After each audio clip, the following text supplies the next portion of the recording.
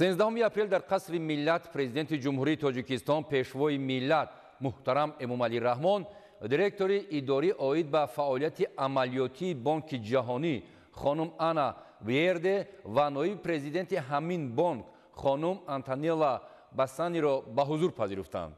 در ملاقات حالت کنونی و دورنمای همکاری تاجیکستان با بانک جهانی بررسی شد. پرزیدنت کشور محترم امامعلی رحمان سطح امروزه همکاری با بانک جهانی را بلند ارزیابی نموده، اهمیت بسا خاصه ادامه ثمرناک شریکی با آن را با نظرداشت شرایط امروزه افزایش تاثیر منفی عامل‌های بیرونه به اقتصادیات تاجیکستان تاکید کردند.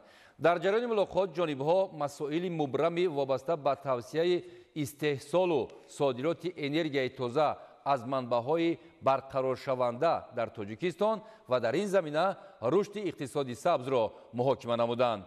در این ضمن جانبداری بانک جهانی از دستگیری تشبس‌های تاجیکستان در دایره روزنامه گلوبالی تغییریابی اقلیم تاکید گردید. در هفته صحبت مسئله‌های وابسته به دیگر جنبه‌های رشد اجتماعی و اقتصادی تاجیکستان، استوارناکی اقتصادیاتی آن با خوف و خطرهای معاصر، همچنین جلب مبلغ‌های گرانتی و امتیازناک شریکان رشد برای تطبیق لایحه‌های افضلیتناک کشور محاکمه گردید.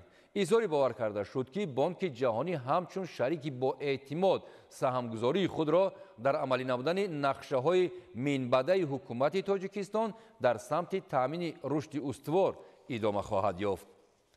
پس از ملاقات با پرزیدنت جمهوری تاجیکستان پیشوای ملت محترم امامعلی رحمان، دیرکتور اداری اوید به فعالیت عملیاتی بانک جهانی آنا ویرده اندیشه‌هایش را به نمایندگان وسایل اخباری عامه چنین بیان نمودند. салом алейкум, худ рӯз ба хайр ба ҳамаи шумо. номи ман Анна Виерде мебошад. ман ноиби президенти бонки умумиҷаҳонӣ дар оиди масъалаҳои амалиётӣ мебошам.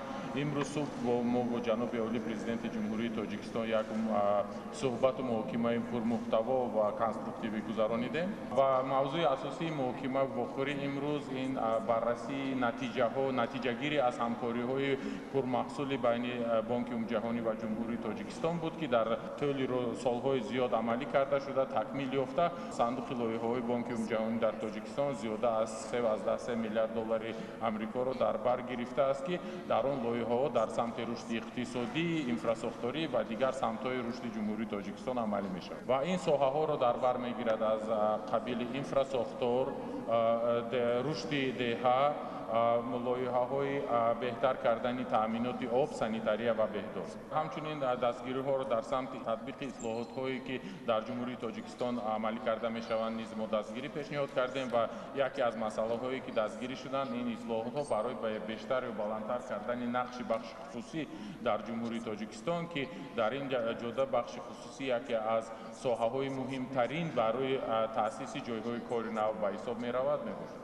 ва ин ташриф барои ман низ як нодир буд, як ташрифи нодир буд, барои он ки дирӯз ман имконият доштам ба нерӯгоҳи барқи обии Роғун ташриф орам. бинобар он ки бонки ҷаҳонӣ яке аз 9 шарикони рушди ҷумҳурии тоҷикистон мебошанд, ки ба сохтмони ба охир расонидани сохтмони лоиҳаи нерӯгоҳи Роғун низ саҳм гузошта истоданд. барои мо нерӯгоҳи барқи обии Роғун на танҳо барои ҳамчун як лоиҳаи муҳим, на танҳо барои беҳтар кардани шароити зисти ҷумҳурии тоҷикистон, аҳолии ҷумҳурии тоҷикистон, балки ҳамчунин барои кишварҳои минтақа осиёи марказӣ мебошад, ки онҳо имконияти ворид кардан воридоти қувваи нерӯи барқи сабз дастрас мешаванд. минон дорем ки ҳамкориҳои пурмаҳсули мо дар оянда низ идома ёфта ба аҳолии тоҷикистон, ба сокинони тоҷикистон боз беҳбудиҳо меоранд. Thank you so very much.